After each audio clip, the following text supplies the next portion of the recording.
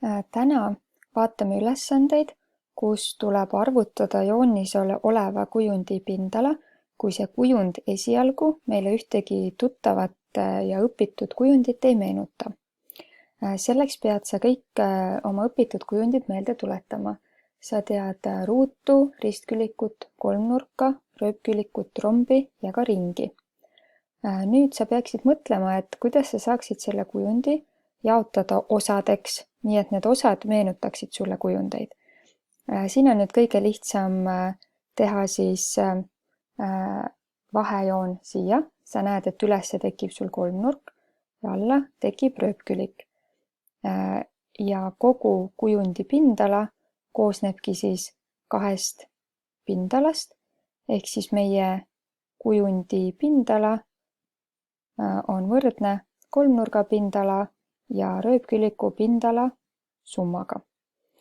Nüüd tuleb sul välja arvutada S1 ehk kolmnurga pindala, S2 ehk rööpküliku pindala ja need kaks tükki kokku liita. Sa tead, et kolmnurga pindala valemis on alus korda kõrgus jagatud 2. Aluse saad sa siit joonise pealt ruutude järgi kokku lugeda, alus on 6 ühikut, aga kõrgus tuleb nüüd siis siin eraldi joonestada. Ja kõrguse saan ka siit kokku lugeda 1, 2, 3 ja 4. Paneme kirja andmed ühikutes ja saame ka siis välja arvutada, kui me need andmed sisestame valemisse ja tuleb välja, et selle kolmnurga pindala on 12 ruutühikut. Nii, lähme rööpküliku juurde. Sa tead, et rööpküliku pindala valem on alus korda kõrgus. Aluse ühikut saan siit ka kokku lugeda, aga kõrguse nüüd ma täpsustamiseks joonestan siia ka. Kõrguse võid ükskõik kuhu joonestada, ta on ikka endiselt 3 ühikut. Nii et paneme kirja andmed ja need andmed saame sisestada valemisse. Saame, et rööpküliku pindala on 18 ruutühikut ja kõige lõpuks liidame siis need kaks pindala kokku, et saada terve joonisel oleva kujundi pindala ja vastuseks tuleb 30 ruutühikut. Võtame ette järgmise ülesande. Jälle tuleb leida kujundi pindala ja hakka kohe mõtlema, et kuidas sa saad selle tükkideks jaotada. Mida suuremad on tükid, seda vähem arvutamist sa pead tegema.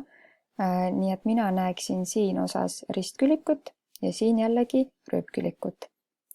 Nii, ja need kaks osa jällegi annavad meile kokku siis kogu kujundi pindala. Esimene osa siis arvutame pindala välja, see on ristkülik, ristküliku pindala ja loeme jooniselt andmed. Üks külg siis 2 ühikut ja teine külg 4 ühikut. Saame need kokku korrutada valemi järgi ja kogu ristküliku pindala siis 8 ühikut. Teine kujund on rööpkülik, rööpküliku pindala valem. Andmed jälle ühikutes kirja joonise pealt vaja lugeda. Alus on siis nüüd siin ja kõrgus on siis siin, eks ole, et see rööpkülik on natuke teistpidi, kui sa oled harjunud nägema. Andmed valemisse sisse asendada.